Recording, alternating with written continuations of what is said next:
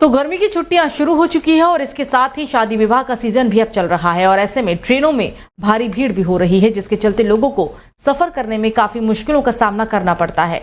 यात्रियों की सुविधा के लिए भारतीय रेलवे लगातार समर स्पेशल ट्रेनों का परिचालन कर रहा है और इसी कड़ी में पश्चिम रेलवे ने यात्रियों की सुविधा और उनकी यात्रा मांग को पूरे करने के उद्देश्य से विशेष किराए पर 4 जोड़ी समर स्पेशल ट्रेन चलाने का निर्णय लिया।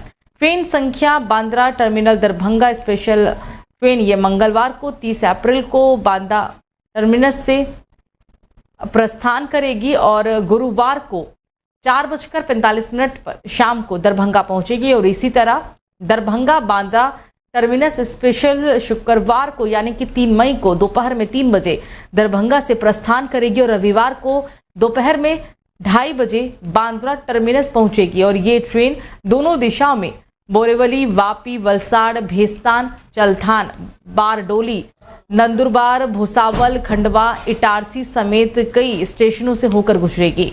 तो तीसरे चरण के मतदान से पहले केंद्रीय गृह मंत्री अमित शाह ने असम की राजधानी गुवाहाटी में एक प्रेस कॉन्फ्रेंस की। इस दौरान उन्होंने कई मुद्दों पर बात करते हुए कांग्रेस को घेरा। तीसरे चरण के मतदान से पहले केंद्रीय गृह मंत्री अमित शाह ने असम की राजधानी गुवाहाटी में एक प्रेस कॉन्फ्रेंस की है। साथ ही अमित शाह ने मीडिया को बताया कि लोकसभा चुनाव के 2 चरणों के बाद उनकी पार्टी के आंतरिक मूल्यांकन के अनुसार बीजेपी और साथ ही पार्टी मिलकर 100 सीटों से अधिक जीत रहे हैं।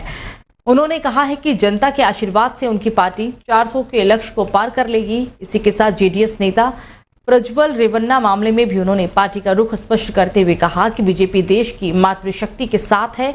जेडीएस नेता प्रज्वल रेवन्ना से जुड़े मामले में अमित शाह ने कर्नाटक सरकार को घेरा है। उन्होंने कहा कि इस मामले में बीजेपी का रुख स्पष्ट है, हमारी पार्टी देश की मातृशक्ति के साथ है। मैं कांग्रेस को पूछना चाहता हूं कि वहां किसकी सरकार है? वह कांग्रेस की सरकार है। उन्होंने इस मामले में हालांकि अब तक कोई कार्रवाई क्यों नहीं की है? राज्य सरकार को इस मामले में कार्रवाई करनी चाहिए थी। हम इस मामले में कार्रवाई के समर्थन में हैं और हमारी साथी पार्टी जेडीएस भी इसी का समर्थन करती है। आज उनकी कोर कमेटी की बैठक भी है जिसमें इस मामले में उचित कदम उठाए जाएंगे। तो गाजियाबाद के शालीमार गार्डन में बीती रात अचानक से आग लग गई। आग एक ट्रांसफार्मर में लगी थी।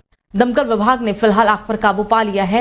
आपको बता दें कि आरडब्ल्यूए अध्यक्ष जुगल किशोर ने कहा कि बिजली विभाग के सीनियर अधिकारियों को ट्रांसफार्मर को लोहे की फेसिंग जाल लगाने का निवेदन कई बार दिया जा चुका है, लेकिन बिजली विभाग ने कुछ ट्रांसफार्मर में ही इसे लगाए थे और अभी काफी कुछ होना बाकी था, जिसको लेकर पत्र भी लिखा जाएगा। तो चलिए खबरों में आगे बढ़ेंगे। पहले और दूसरे चरण के मतदान के बाद अब नजरें तीसरे दौर की वोटिंग की ओर है। भारत निर्वाचन आयोग यानी कि ईसीआई की तरफ से जारी कार्यक्रम के अनुसार 7 मई को मतदान होगा और इस दौरान उत्तर प्रदेश, गुजरात, बिहार, मध्य प्रदेश, जम्मू कश्मीर, कर्नाटक, असम, छत्तीसगढ़, दादर नगर हवेली, महाराष्ट्र, पश्चिम बंगाल, गोवा में वोटिंग होगी और साथ ही प्रधानमंत्री अब लगातार एक के बाद एक दौरे कर रहे हैं और इसी बीच आज वो तेलंगाना भी पहुंच रहे हैं। वो यहाँ पर संगारेड्डी जिले के अल्लादुर्ग में एक रैली को संबोधित करेंगे। हालांकि खास बात यह है कि चुनाव कार्यक्रम घोषित होने के बाद पीएम मोदी दूसरी बार तेलंगाना पहुंचेंगे। कहा जा रहा है कि मिशन दक्षिण में जुटी बीजेपी को तेलंगाना में भी अच्छे प्रदर्शन की बहुत उम्मीद है। हालांकि बीते लोकसभा चुनाव की बात की जाए तो उस दरमियान यहां पर पार्टी को सिर्फ 4 सीटें ही मिल पाई थी और इसके अलावा विधानसभा चुनाव के दरमियान यहां पार्टी की सीटों की संख्या जरूर बढ़ी थी।